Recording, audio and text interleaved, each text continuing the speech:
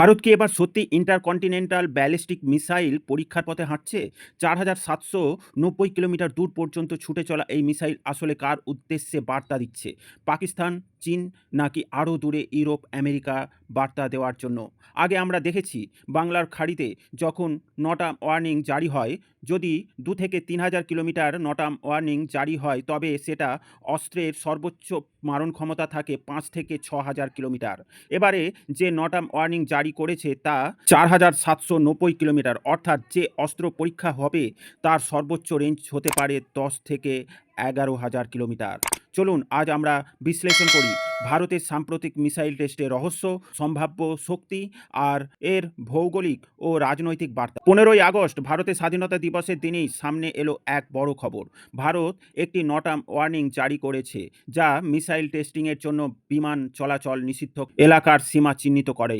এই নতুন নটাম ওয়ার্নিং সীমা সরাসরি ৪,৭৯০ কিমি পর্যন্ত বিস্তৃত হয়েছে ভারত মহাসাগরে।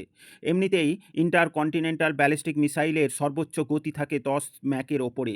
তবে এই অস্ত্রের নটাম ওয়ার্নিং নিয়ে দূরত্ব দেখে মনে হচ্ছে এই অস্ত্রের গতিবেগ হবে ১৫ থেকে ১৬ ম্যাকের মতো, অর্থাৎ শব্দ ১ ঘন্টায় প্রায় ১২০০ কিমি পথ অতিক্রম করে।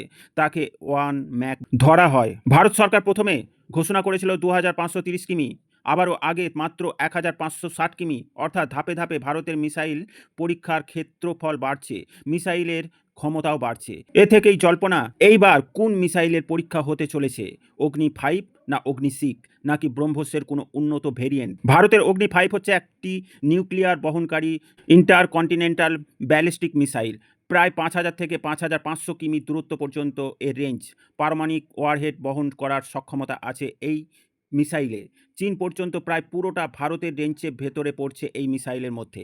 অগ্নি ৬ এখনও আনুষ্ঠানিকভাবে প্রকাশ্যে আসেনি। ধারণা করা হচ্ছে এই রেঞ্জ হবে ৮,০০০ থেকে ১০,০০০ কিমি পর্যন্ত। এটিকে বলা হচ্ছে ভারতের প্রথম ইন্টারকন্টিনেন্টাল ব্যালিস্টিক মিসাইল।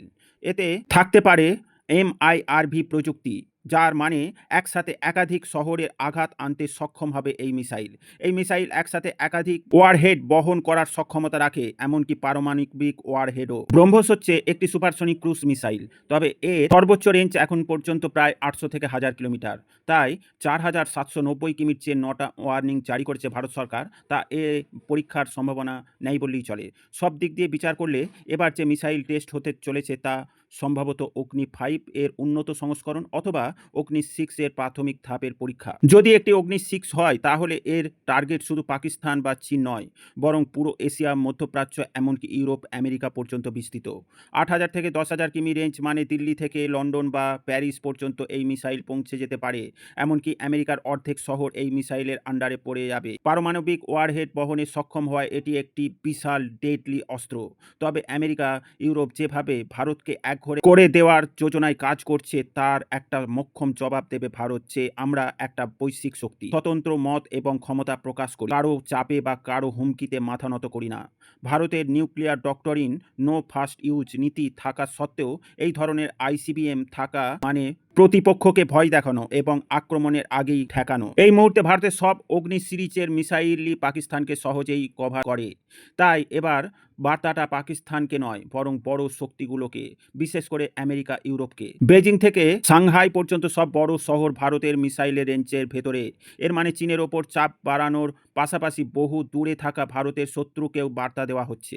তুরস্ক, মধ্যপ্রাচ্য, ভারতের সম্প্রতি কূটনৈতিক টানাপোড়েনে, বিশেষ করে কাশ্মীর নিয়ে তুরস্কের অবস্থান, হয়তো সেই কারণেই এই বার্তা। ভারত দেখতে চাইছে যে শুধু এশিয়া নয়, বৈশ্বিক শক্তি হিসেবে তার অবস্থান দৃঢ় হচ্ছে। আমেরিকা, রাশিয়া যদিও তারা ভারতের কৌশলগত মিত্র, তবে ভারতের ICBM সক্ষমতা মানে আন্তর্জাতিক মঞ্চে আরও স্বাধীন অবস্থান। এখন প্রশ্ন হচ্ছে, ভারত কি এবার সত্যি অগ্নি ৬ প্রকাশ্যে পরীক্ষা করবে, নাকি এটি অগ্নি ৫ একটি উন্নত সংস্করণ? ভারতের কি লক্ষ্য কেবল চীনকে চাপে রাখা, নাকি এর থেকেও বড় বার্তা দিতে চায়? এই উত্তরগুলো হয়তো আমরা খুব শিগগিরই জানতে পারবো। তবে একটি বিষয় স্পষ্ট, ভারতের মিসাইল শক্তি এখন গ্লোবাল স্টেজে নতুন এক উচ্চতায় পৌঁছাতে চলেছে।